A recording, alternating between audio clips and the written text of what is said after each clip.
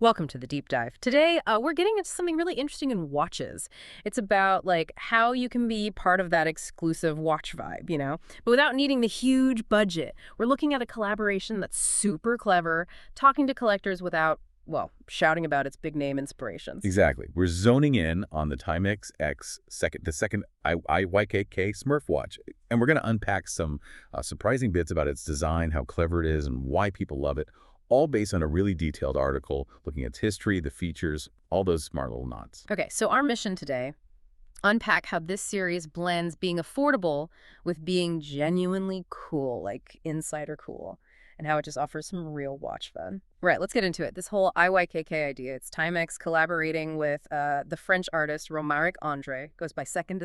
Yeah, what's really great is how the whole series is just, well, playful, a bit irreverent maybe, taking on famous watch nicknames, especially, Rolex nicknames. The first series back in 2023, 6 models, limited edition, and yeah, they sold out fast. And that IYKYK part, if you know, you know.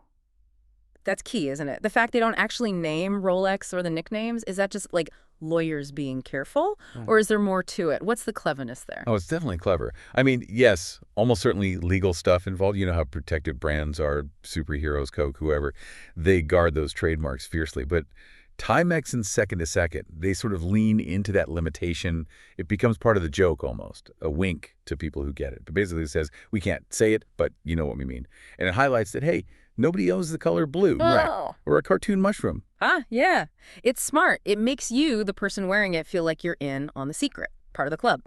Okay, so that first run was a hit. Naturally, you expect sequels, right? What happened in 2025 for the IYKYK line? Yep, they expanded. 2 new ones came out. There's a black and green one, ref TW2Y488-100. Its second hand is a little frog's foot, clearly a nod to the Kermit Submariner, the 50th anniversary one. And then the one we're focusing on, the blue Smurf. That's ref TW2Y48200 with the little mushroom hand. Interesting. So these new ones, were they always planned? Or did the success of the first batch kind of bring them back from the cutting room floor? That's the really cool part, the Kermit and Smurf ideas. They were actually kicked around during the original brainstorming back in 2023, but they got put on the back burner initially. It was purely because the first 6 were such a massive success, sold out so quick, that they thought, okay, let's actually make these other 2. So yeah, they wouldn't even exist if the first ones hadn't done so well. Right. Let's really focus on that Smurf then. It feels like a perfect distillation of what this series is all about. Totally is. Like we said, the inspiration is that unofficial Smurf nickname for the white gold Rolex sub, the Al16619LB.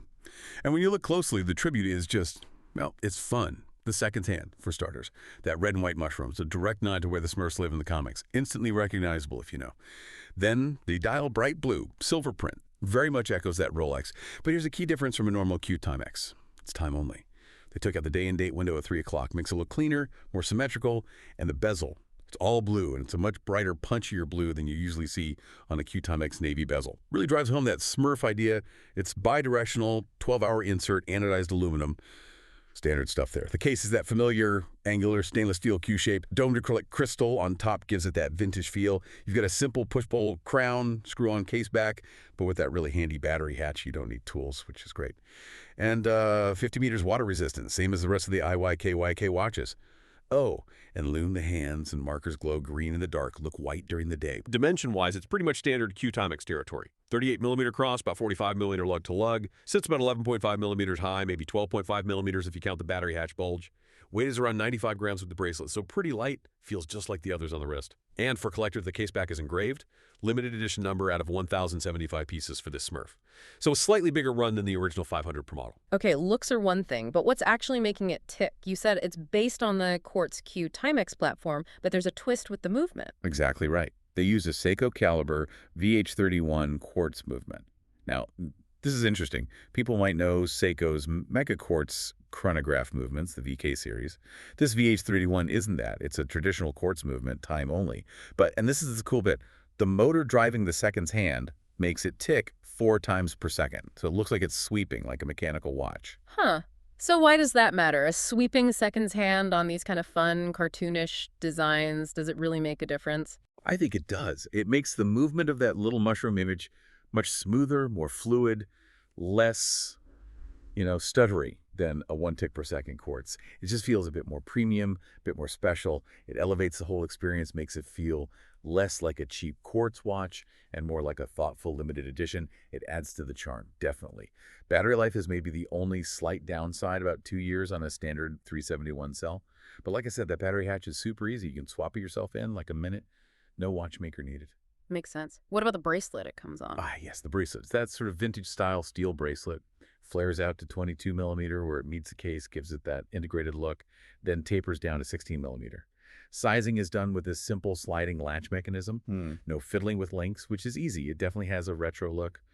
Some people find these bracelets can catch wrist hair a bit, but honestly, it's easy enough to swap out for any 18 millimeter strap if you don't love it. Loads of options there. Okay, so putting it all together, what's the big picture here? What does this IYKYK series really mean for, watch fans, new collectors, old hands? Well, the key thing to remember is that this series was never trying to be some totally original, groundbreaking design.